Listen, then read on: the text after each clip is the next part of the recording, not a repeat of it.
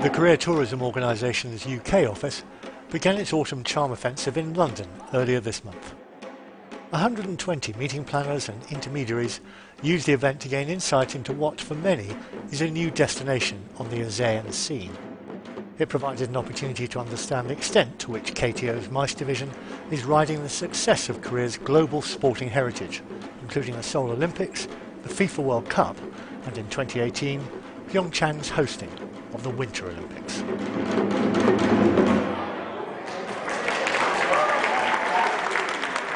I think it's the other way around. It's actually been the MICE sector that's got my attention. They've got the mechanics right.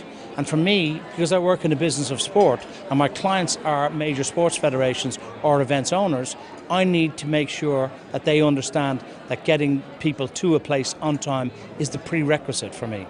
FIFA World Cup, it was good image for Korea. Since then, around about quite many people from around the world coming to Korea. FIFA World Cup and the Winter Olympic Games, it will be held in Pyeongchang 2018. It is also very good for Korean event industry, for MICE also. The fact that you can deliver to people on time, the logistics, the infrastructure is in place, and that would have come probably stimulated by the Seoul Olympics originally. It uses the MICE formula, but it tweaks it to match its own requirements, and that's where MICE and sport cross over.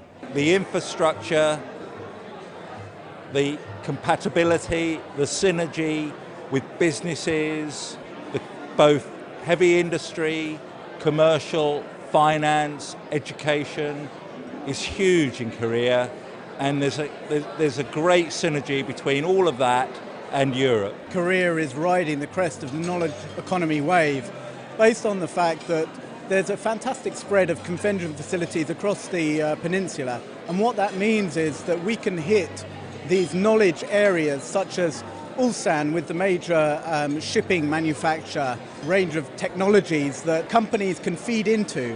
We also have Songdo, which is a city of the future, which is next to Incheon, where the award-winning international airport is. One thing Korea is very clever in is they don't centralize everything in Seoul. They push certain sectors out to various areas and they become specialists in it, whether it be the pharmaceutical industry, the energy industry.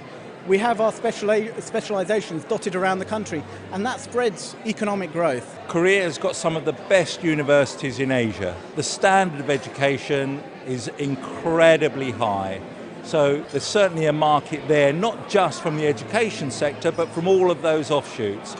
Research and development, for example. There's a huge amount of development out there. They have the money, they've got the R&D, they're developing, and certainly everywhere I go, any trade show that I go to, I'm hearing about Korea.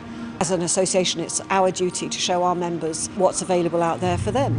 They can go out there and they can cross-pollinate, they can create new business, we can get business. It's to use a cliche, it's a win-win. We held an event there last year which was based around genomics research.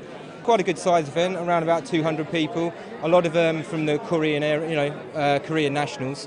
Obviously our events are international, so the key for us is to bring in people from the wider region as well. We've got 3 airlines now flying direct out of the UK. Korean and Asiana fly on a daily basis.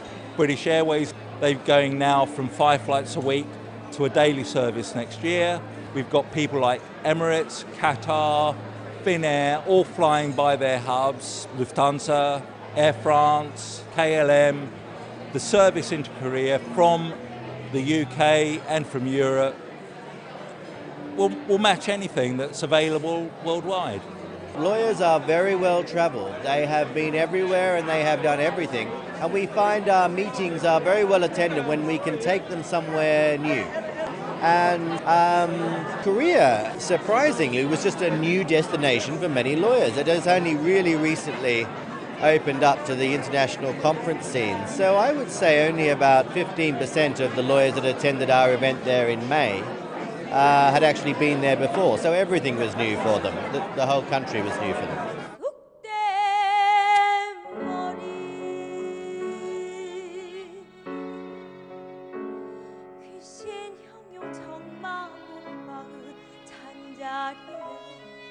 Let's not forget that Korea is 5th in the UIA rankings, and we're starting to move up and up. That must reflect on how delegates are perceiving our destination. We're interested in Korea as a destination, just interested to see what the city has to offer, how easy access is, the hotel infrastructure, what the venues are like, whether on there's a sister organisation or a sister association in Korea that's a sister to my British association that could act as the LOC on the ground.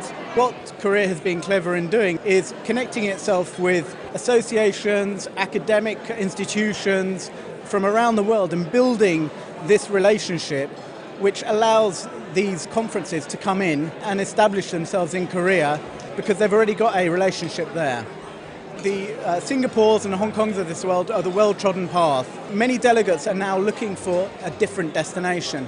And what Korea has, it has the knowledge, it has the industry, but it also has the location. A third of the population are within 3.5 hours flying time from Incheon International Airport. That's an incredible market to source. China, Japan, Russia. These are mega players in the global economics. Korea is, for want of a better expression, a sleeping tiger that's waking up. It's been big in Asia, and we're now trying to attract a market, a growing market, from Europe and the UK.